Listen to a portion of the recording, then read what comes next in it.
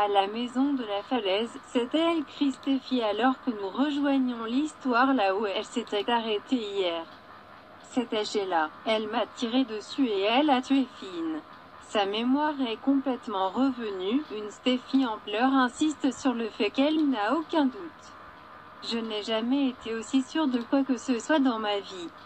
Elle l'a fait. C'était Sheila. Elle a appuyé sur la gâchette et Finn m'a sauvé la vie.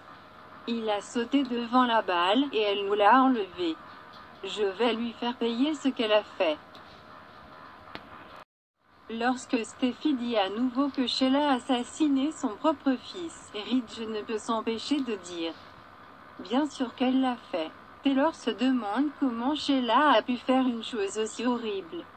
Elle m'a regardé, se souvient Sheila. Puis m'a tiré dessus alors que son fils gisait mort dans la ruelle. Taylor déplore d'avoir laissé Sheila entrer dans leur vie, soulignant qu'en tant que psychiatre de renommée mondiale, elle aurait dû voir cela. Steffi le ramène à la maison le fait que Finn a sauté devant la balle et qu'elle n'est en vie qu'à cause des actions de son mari. Je vais tuer cette femme, grogne Ridge. Taylor veut appeler la police, mais Steffi suggère à la place qu'ils appellent Sheila et l'invite. Je veux voir son visage quand elle sera arrêtée. Je veux la regarder droit dans les yeux et la voir se tortiller, déclare la veuve énervée. Aïe, Jardino, Deacon dit à Sheila qu'il peut dire que quelque chose ne va pas, en se basant sur le fait qu'elle dit toutes sortes de choses folles, y compris que son fils serait vivant sans Steffi. Lorsqu'elle est pressée, Sheila dit que si Steffi avait géré les choses différemment, Finn serait toujours avec eux. La façon dont vous parlez, c'est presque comme si vous étiez là ce soir-là. A deviné Deacon.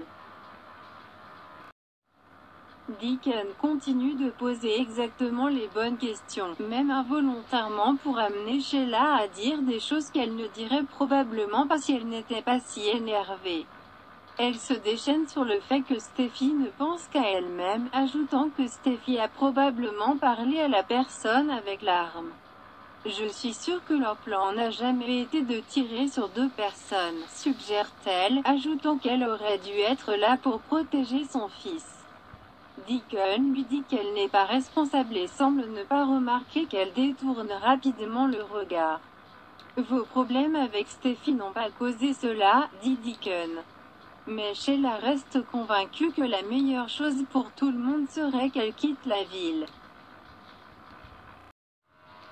Dans le bureau d'études, Carter admet à Quinn que Paris a peut-être capté une ambiance qui lui aurait peut-être fait comprendre qu'il n'est pas tout à fait au-dessus de la femme d'Eric. Je ne suis pas aussi douée pour cacher mes sentiments qu'il le pensait, admet le chiot humain sans visage impassible. Les anciens amants discutent de l'enjeu et de ce qu'ils risquent chacun de perdre. Quinn admet qu'elle est attirée par tout ce qui concerne Carter, mais ajoute qu'elle aime son mari et qu'ils sont attachés l'un à l'autre. Quinn sait qu'elle a brisé la confiance d'Eric, et c'est quelque chose qui ne lui ferait jamais.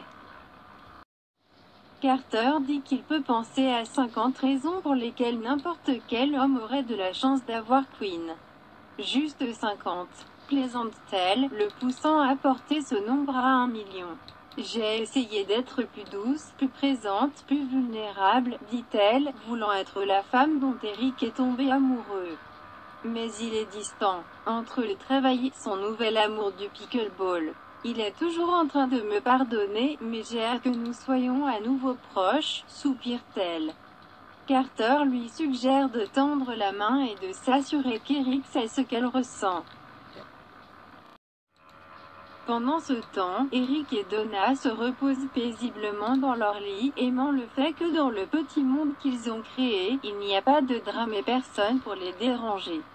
Mais elle peut lui dire que Onebir se sent coupable d'avoir trompé sa femme. Et bien sûr, il pense à Quinn alors qu'il est au lit avec Donna, mais elle prétend avoir pensé à Brad Pitt. Ce qui les rend à peu près égaux.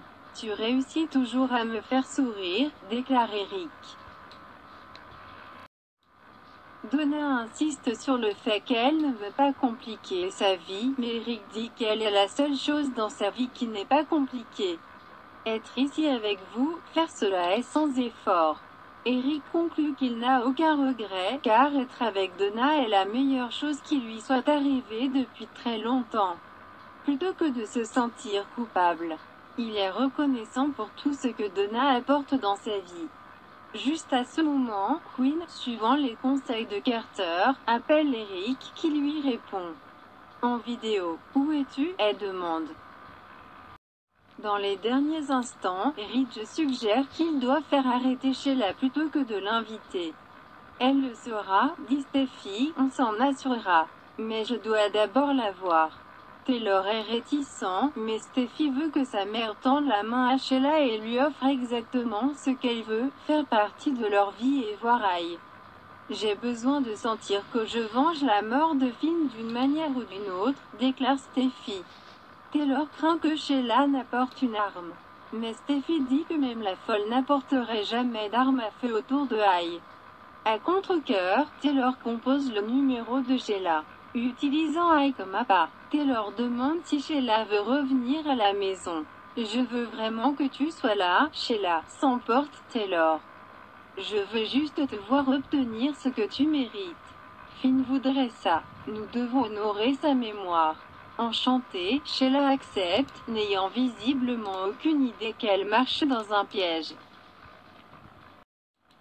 Dans la maison au sommet de la falaise, Steffi est déterminée à aller jusqu'au bout. « Finn est la raison pour laquelle tu as encore une fille. Mes enfants ont toujours une mère. » dit-elle à ses parents. « À cause de la bravoure de mon mari. Le sacrifice qu'il a fait pour nous tous. Je dois faire ça. Je dois affronter sa mère. Son meurtrier. Sheila Carter terrorise notre famille depuis bien trop longtemps. Il est temps d'y mettre un terme une fois pour tout. »